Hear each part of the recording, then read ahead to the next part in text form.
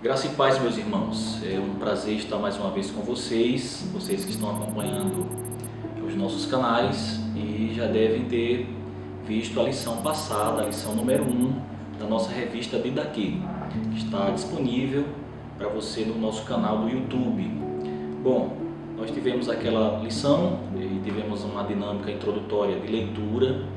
Hoje pretendo comentar os pontos que a revista aborda. Nós temos aqui na revista uma didática pré-definida, pré-existente, com a proposta de uma leitura semanal que também foi passada na semana passada. Para essa semana nós temos aqui o alimento diário para a caminhada de segunda a domingo, então iniciando-se amanhã até o próximo domingo, de leituras que você deve realizar para entender melhor o tema abordado da nossa lição número 2, que é exigências do discipulado. Essa temática dessa nossa lição de hoje está fundamentada no texto de Lucas, capítulo 9, do verso 57 ao verso 62. E eu vou pedir que você me acompanhe na leitura bíblica para esta lição. Diz o seguinte: indo eles caminho fora, alguém lhe disse: seguir-te-ei para onde quer que fores. Mas Jesus lhe respondeu: as raposas têm covis, as aves do céu ninhos, mas o Filho do Homem não tem aonde reclinar a cabeça. A outro disse Jesus: segue-me. Ele, porém, respondeu: permite-me ir primeiro sepultar o meu Pai. Mas Jesus insistiu: deixa os mortos sepultar os seus próprios mortos. Tu, porém, vai e prega o reino de Deus. Outro lhe disse: seguir-te-ei, Senhor, mas deixa-me primeiro despedir-me dos meus e os da minha casa. Mas Jesus lhe replicou: ninguém que, tendo posto a mão no arado, olha para trás é apto para o reino de Deus. Bom, esse é o texto que fundamenta a lição de hoje. Muitas pessoas durante o ministério de Jesus encontraram com ele. Inúmeras tiveram a oportunidade de ter demonstrado a ele decisões e intenções e reações, e nós temos aqui alguns exemplos. Temos o exemplo da mulher pecadora, que num gesto humilde e de reconhecimento chorou aos pés de Jesus e enxugou os seus pés com seus cabelos. Nós temos o exemplo dos genezarenos, ou os gadarenos, que queriam distância de Jesus e queriam que ele deixasse a sua cidade, a sua província. Tivemos ainda Judas, que numa postura ainda mais radical traiu o Senhor, o vendendo por 30 moedas de prata. Pôncio Pilatos, que covardemente lavou as mãos e tentou ficar neutro em seu julgamento, deixando assim com que ele fosse preso, julgado e morto e então sepultado. O objetivo desse estudo mostra as exigências do discipulado conforme apresentado pelo próprio Senhor Jesus Cristo e bem registrado por Lucas. Nós temos então no passo seguinte, logo após essa introdução, luzes sobre o texto. Você deve acompanhar aí na sua revista. No início da caminhada de Jesus para Jerusalém, que já foi abordado na lição passada, Lucas faz referência a 3 candidatos ao discipulado. Esses candidatos estão no texto que acabamos de ler. Nessa caminhada, o Senhor foi estabelecendo normas e exigências para o discipulado, pondo à prova os que queriam segui-lo.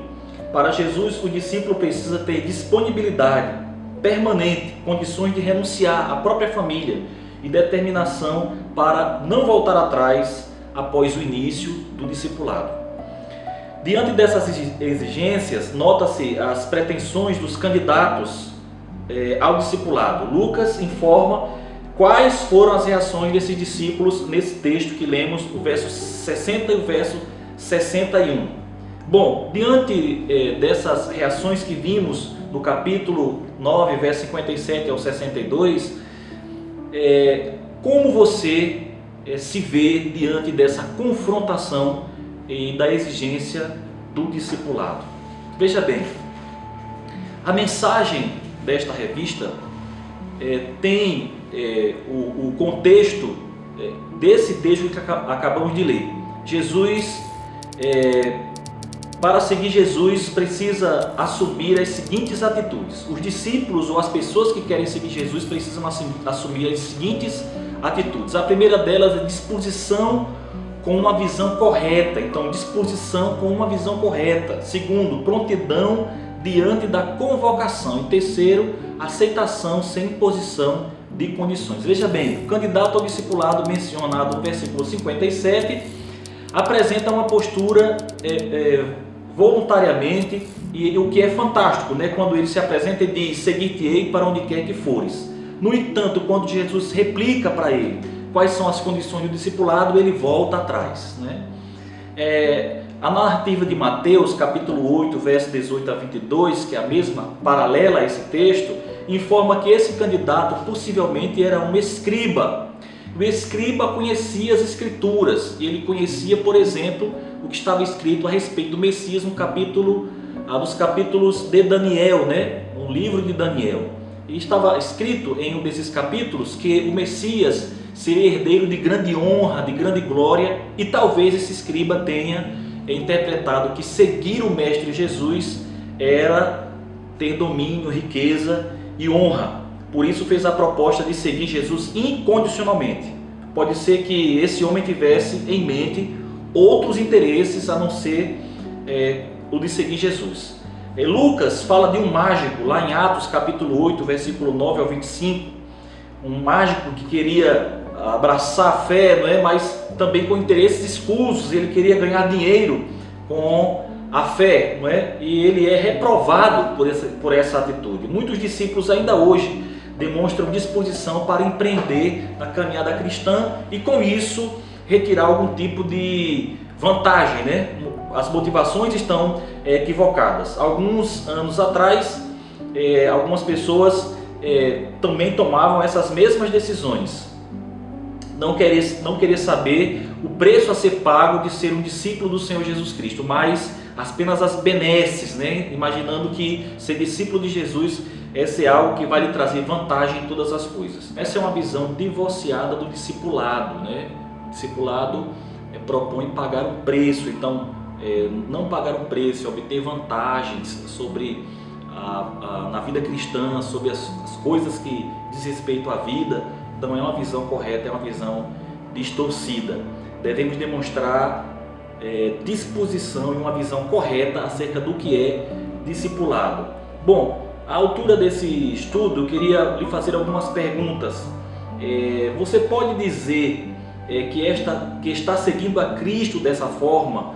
Qual é a sua visão de discipulado e quais são as suas motivações? Em um pertinente artigo intitulado O Preço do Não Discipulado, da rede acadêmica WordPress, o reverendo Ricardo Barbosa escreve, abre aspas para Ricardo Barbosa: muitos olham para esse chamado e reconhecem que o preço para seguir a Cristo é muito alto. De fato é. Amar os inimigos, abençoar os que nos rejeitam, orar por todos aqueles que nos perseguem, sem dúvida é muito difícil. Perdoar os que nos ofendem, resistir às tentações, buscar antes de qualquer outra coisa o reino de Deus e a sua justiça, e fazer a vontade de Deus aqui na terra como ela é feita nos céus. Não é fácil. Resistir aos impulsos consumistas, numa cultura hedonista, preservar uma conduta moral e ética elevada em meio a tanta corrupção e promiscuidade, definitivamente tem um preço muito elevado, disse Ricardo Barbosa. Após argumentar sobre essas implicações do discipulado, ele conclui o referido artigo dizendo: o chamado de Cristo para sermos seus discípulos com seu alto custo é o único caminho possível para a liberdade, a única opção para a verdadeira humanidade, a única esperança para a nossa sociedade enferma. Se seguir a Cristo exige muito, lembre-se que não segui-lo vai lhe custar muito mais caro. Segundo o comentário da Bíblia de Estudo Genebra, o pai ainda podia estar vivo. Essas palavras então indicariam que o discípulo queria continuar a cuidar do seu pai, aquele discípulo que disse: deixa-me cuidar do meu pai.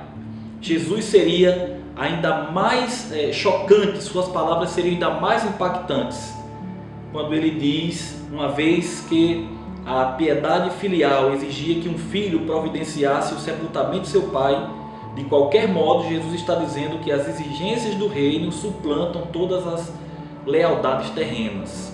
Por isso suas palavras soam com tamanho impacto. Ainda hoje muitos são chamados, mas hesitam.